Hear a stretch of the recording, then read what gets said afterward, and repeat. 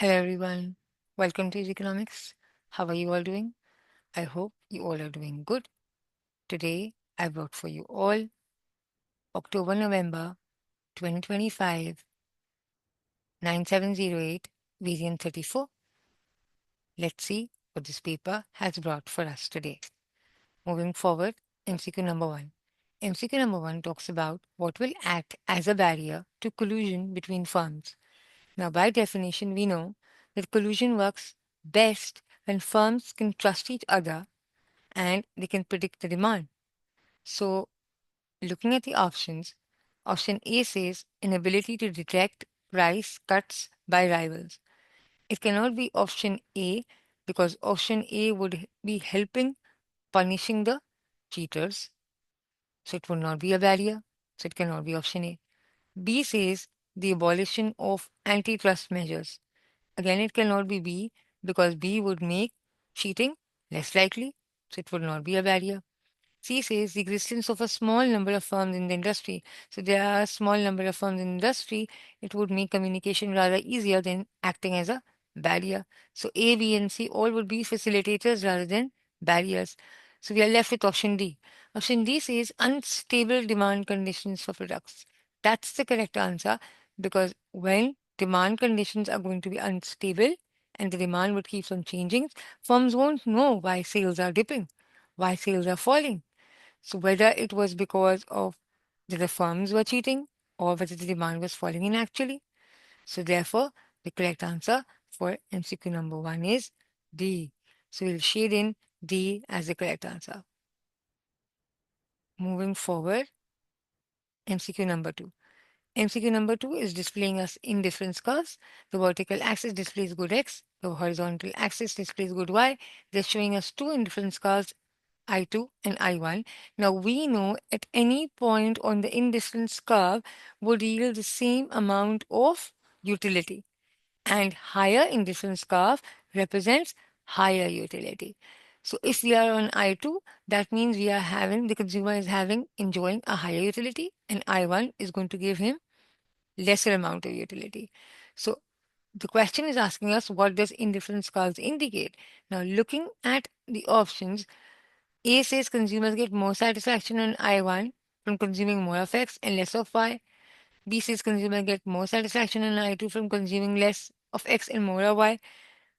Now we know that the gradient of indifference curve at any point is the marginal rate of substitution, right? So each point is giving you what? The same amount of utility. And we know higher indifference curve would mean higher utility. So keeping that in mind, the correct answer would be C, that each point on the curve represents the marginal rate of substitution of good X for good Y. So for 2, we'll shade in C as the correct answer. Moving forward, MCQ number 3. MCQ number 3 is giving us 4 options and they're asking us which of them represents a forward vertical integration. Now we know vertical integration forward means once we are moving towards customers. So A says a firm manufacturing computer merges with a firm that manufactures furniture. So these are two unrelated firms. So that is not a vertical integration forward, rather it is what? It is conglomerate. So it cannot be A. B says a firm manufacturing computer merges with a firm that manufactures silicon chips for computers. So now you're going back to supplies. So this is what? This is vertical integration backwards. So it cannot be B. C says a firm manufacturing computer merges with a retail outlet that sells computers. Here you are moving towards your customer. So this is the correct answer. D says a firm manufacturing computer merges with another firm that also manufactures computers. So this is at the same level. So this is horizontal integration. So the correct answer for 3 is C. I hope you've understood. Moving forward, MCQ number 4. The MCQ number 4 talks about positive and negative externalities, both for production and consumption. The vertical axis is displaying the price and the cost. The horizontal axis is displaying the output. Now they've given us 3 parts in the table. they are asking us which row is showing the correct combination for production and consumption externality when economic welfare is maximized. So now when economic welfare is going to be maximized, first you're going to tell me when it's going to be maximized. It's going to be maximized at a point where marginal social cost is equals to marginal social benefit. So it's going to be maximum over here. That means what? Which point of economic welfare? At Y. So there and then only you can chop A and you can chop C. So you're left with either B or either D. That talks about Y as the position for economic welfare. Now, what about the production and the consumption externality? Now, keeping at point Y, look at the amount of marginal private cost and marginal social cost. So at Y, this was the amount of marginal private cost, and this is marginal social cost. So this means marginal private cost at Y is greater than marginal social cost. That means the production externality is positive. That means the social cost of producing at level Y is lesser. There's no amount of negative externality. So the production externality has to be positive. Again, B and D are showing the same thing. So you're left with consumption externality. For consumption externality, we have to look at the benefits. So again, keeping at point Y, we're going to determine whether marginal private benefits are more or marginal social benefits are more. Again, at point Y, if you look, marginal private benefits are more in comparison to marginal social benefits. So if marginal private benefit is exceeding marginal social benefit, that means there exists a negative consumption externality. So for 4, we shade in B as the correct answer. I hope you've understood. Moving forward, MCQ number 5. MCQ number 5 talks about a firm that has got fixed cost of 300 and can produce 200 units and can produce 2 units per hour. Its total variable costs are $200 for 1 unit and 300 for 2 units. Now they are asking which cost will fall by the lowest amount when the second unit is produced. Now the key to answering this MCQ is that for each of these options, we'll calculate the amount for both the units and then we'll see what is happening when the second unit is produced to each of these costs. So first we'll look at the average fixed cost. Now if we look at average fixed cost, the first unit costed what? $300.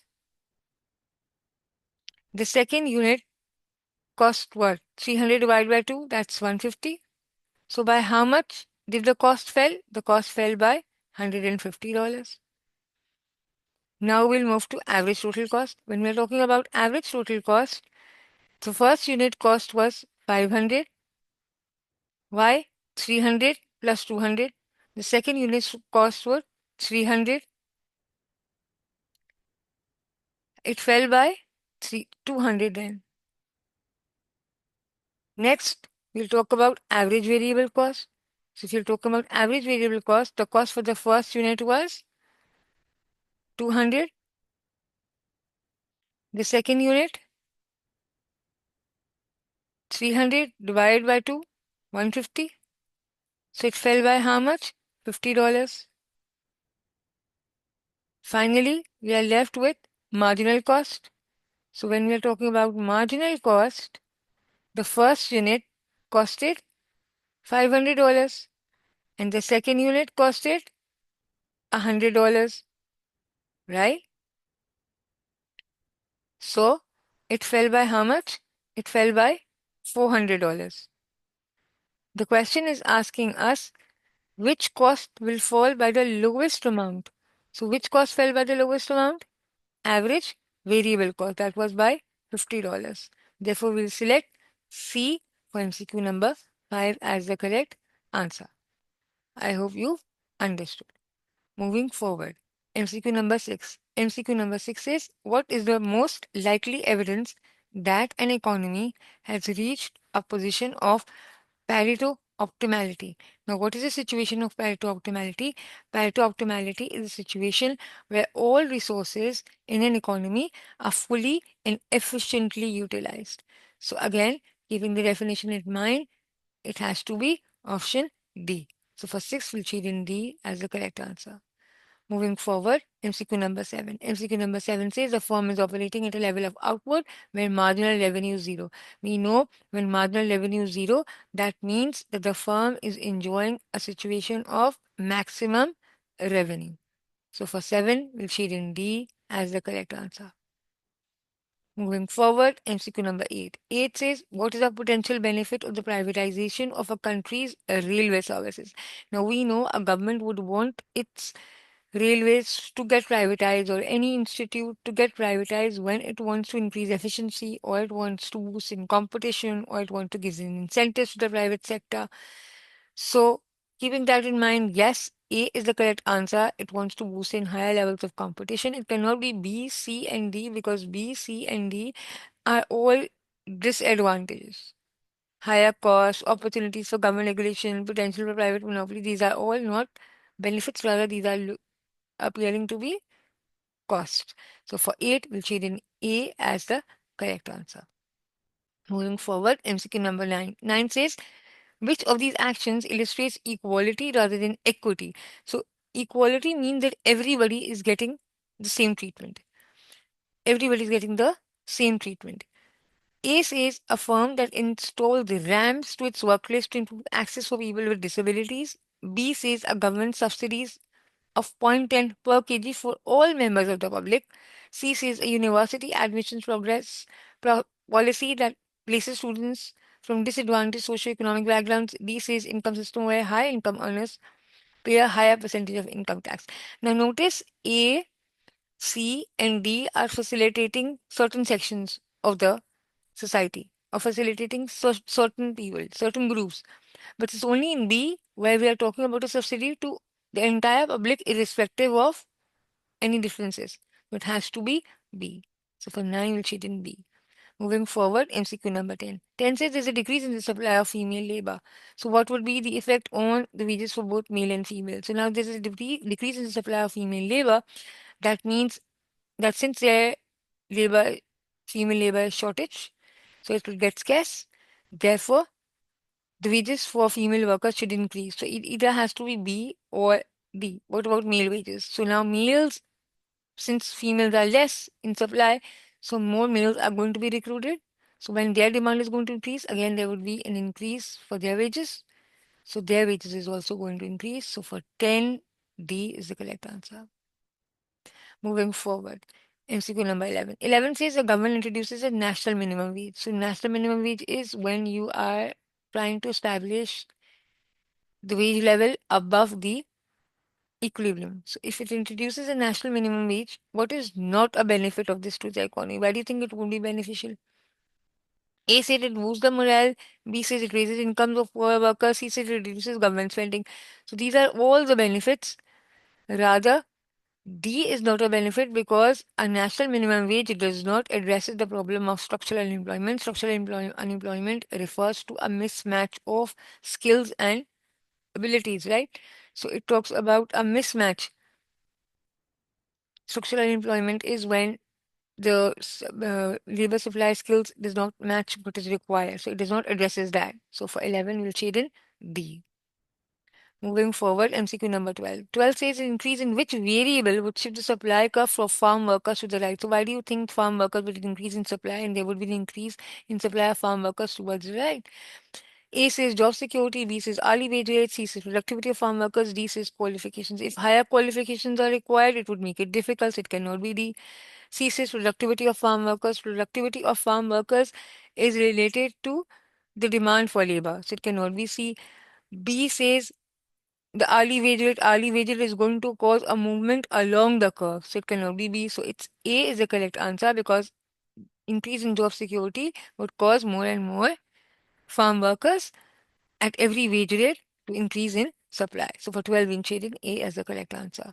Moving forward, MCQ number 13. 13 says which combination of policies is most likely to reduce the number of low paid workers caught in the poverty trap. We know poverty trap is what? Poverty trap is when earning more leaves little extra disposable income. So this means it could either be because either taxes have increased or whether benefits have fallen. So to decrease the poverty trap, minimum wage must increase in real terms. So minimum wage has to increase in real term if you want to decrease the poverty trap. But then what about the individual's tax-free allowance? So if you want to increase the amount of disposable income, so this means you need to what? You need to increase the individual's tax-free allowance so that more is there left for them, right? So it has to be increased. So for 13, we'll shade in C as the correct answer. I hope you understood. Moving forward, MCQ number 14. MCQ number 14 is displaying us the demand and the supply curve for labor in a competitive industry. The vertical axis is displaying the wages, the horizontal axis is displaying the labor. Now they are saying what is true about unit of labor L when they are paid wage W. So now what is happening? If you look closely, employment is occurring where demand and the supply intersect. So this is the equilibrium position, right? So L is what? L is showing you the last worker employed, right? L is showing you the last worker employed. So now, what is transfer earnings? Transfer earnings is the minimum wage required to keep a worker in its current occupation, right? So L is the last worker employed, and the supply curve is passing through what? It's passing through the wage W. So this means what? Transfer earnings is W. So this means the actual wage rate is equals to transfer earnings. The actual wage is equal to transfer earnings. Hence, economic rent is zero. And if you could recall, economic rent is what?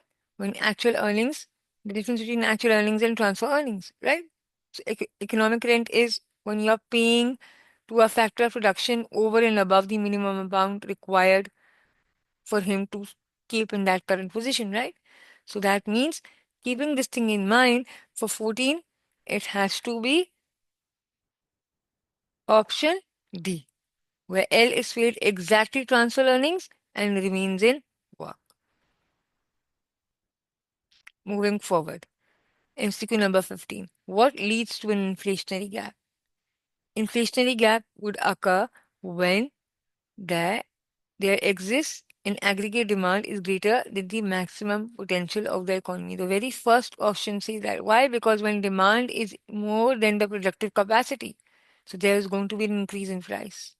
When demand is more than the productive capacity, there is going to be an increase in price.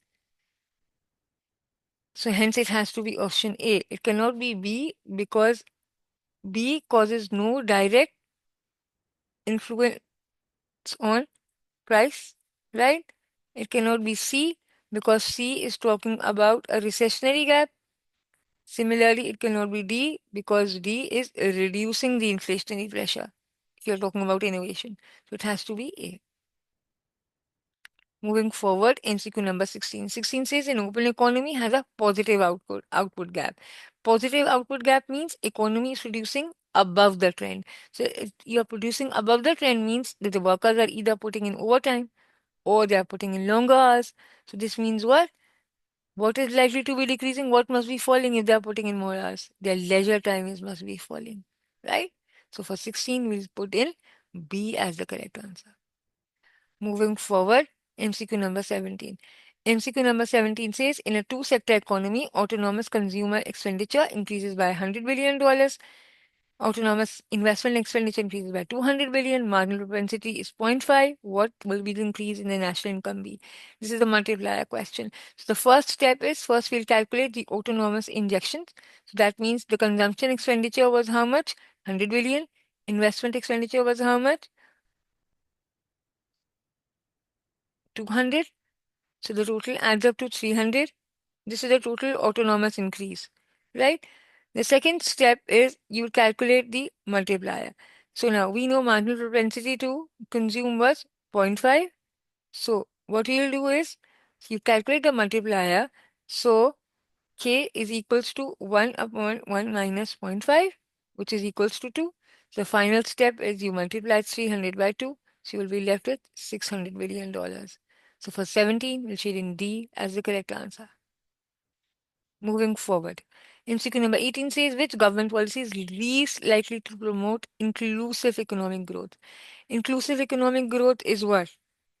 Inclusive economic growth is a situation where it's benefiting everyone. So when it's benefiting everyone, it's reducing. What do you think? What should be the correct answer? If it's benefiting everyone, but here it says least likely to be benefiting. So if it's increasing the national minimum wage, or if it's improving investment in transport, or if it's using taxes and transfer payments to redistribute income, so it's going to be promoting economic growth. It's in option C where it's trying to reduce the power of trade unions, so it's not going to be benefiting everybody because people who are a part of the trade unions, their power is going to get weakened, right? So we'll shade in C as the correct answer. Moving forward, MCQ number 19. 19 says, what is an example of a demand side macroeconomic policy that will reduce cyclical unemployment? Cyclical unemployment is demand deficient unemployment. If you want macroeconomic policy to reduce demand deficient unemployment means what? You are going to be using more of government spending. So if government is going to be spending more, aggregate demand is going to increase, output is going to increase, employment is going to increase. As a result, demand deficient unemployment is going to fall. 19, it has to be A. Moving forward, MCQ number 20. MCQ number 20 shows us two liquidity preference curves, LP1 and LP2. Now, they are saying what would cause the liquidity preference curve to shift from LP1 to LP2. Why do you think it would move towards the right? So, moving towards the right from LP1 to LP2 shows an increase in demand for money. And when would that happen? When the price level rises. So, increase in the price level means that people now need more money for transactions. So, for 20, we'll shade in B as the correct answer. I hope you've understood. Moving forward, MCQ number 21. 21 is simple. It's asking us what does Philip curve shows. And by definition, we know that Philip curve shows the relationship between inflation and unemployment. So it has to be option C. So we'll shade in C as the correct answer. Moving forward, MCQ number 22. 22 is saying the government is trying to increase the role of market forces. So when you're trying to increase the role of market forces, you want the forces of demand and supply to play their role. You are trying to deregulate the economy and you are removing rules and allowing the forces of demand and supply to operate freely and determine prices. So this means what? What policy might achieve this? Deregulation. So for 22, it has to be A. Moving forward, MCQ number 23. 23 says a country has progressive income tax systems. If a country has progressive income tax system, this means that as people are earning more, so it charges a higher proportion of income tax from people who earn higher levels of income. What is was not a valid reason for government decision to reduce the rate of income tax paid on higher incomes? Why do you think this decision of government to reduce income tax on higher incomes would not be valid? When it would not make sense? To attract highly skilled workers, to prevent tax evasion, to provide worker incentives. So if it's A, B, and C are all valid reasons, it could be in order if it wants to prevent tax evasion, or if it wants to provide work incentives to people who are earning high. It's D. That's not a valid reason because if you are reducing the rate of income tax, so it's not reducing income inequalities, rather, it would be increasing income inequalities. It would be widening the gap between the rich and the poor. So D is not a valid reason. So for 23, we'll shade in D as the correct answer. 24. A political party proposed quantitative easing, which is the creation of money by a central bank. So, quantitative easing means what? That the central bank is creating money, it's buying financial assets, it's increasing money supply. So, aggregate demand is going to stimulate, right? When would such a policy be least likely to destabilize the macroeconomic economy?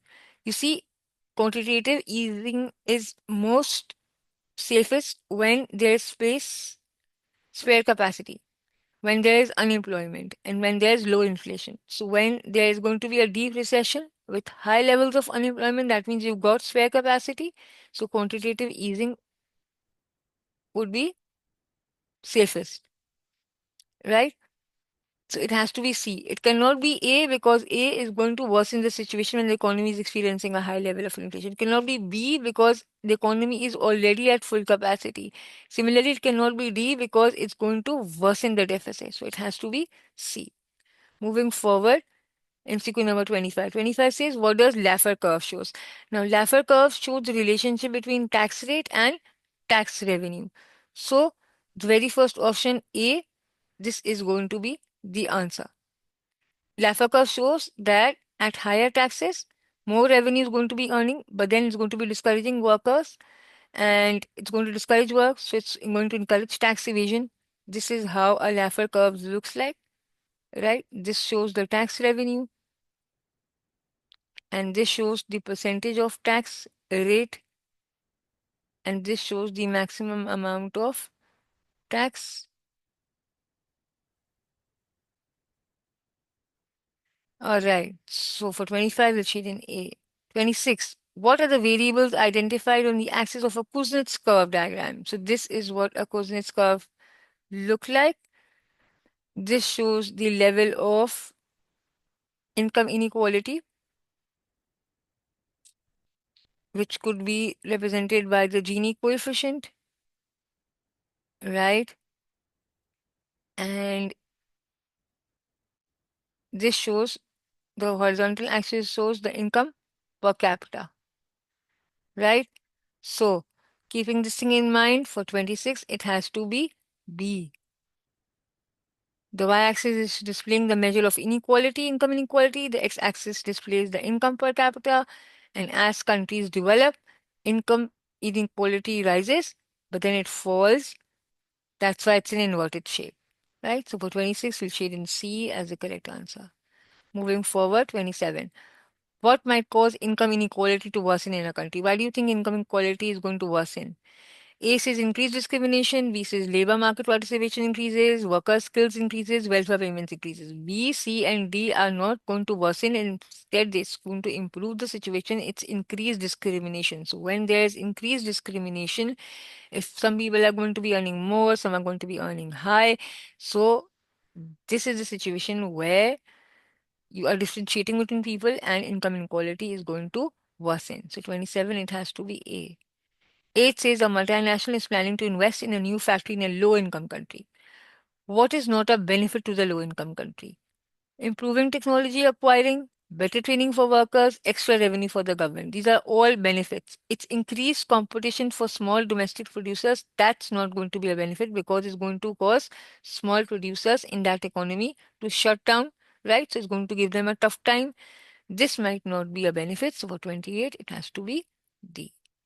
29 talks about a country has a fixed exchange rate, faces a surplus on its current account. Which policy is most desirable to maintain the fixed exchange rate? So, if you want to maintain the fixed exchange rate, and which policy out of these four options would be most suitable? So, if you look at the options, D says the use of expansionary monetary policy.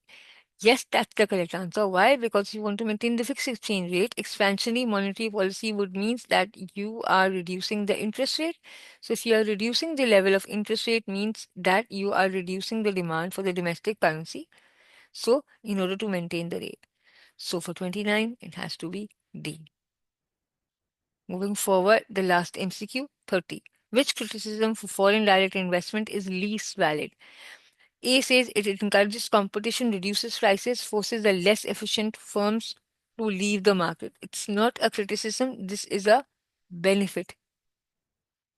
So 30, it has to be A. Why it can't be B, C, and D? Because B, C, and D are all drawbacks. It brings workers from its own countries. It withdraws quickly in case of a global crisis. It action result in environmental degradation. So these are all the drawbacks for foreign direct investment. A is a benefit. So for 30, it has to be A. I hope you've understood and enjoyed solving this paper with me. Stay tuned, subscribe, happy learning. I'll be back with more such papers for you.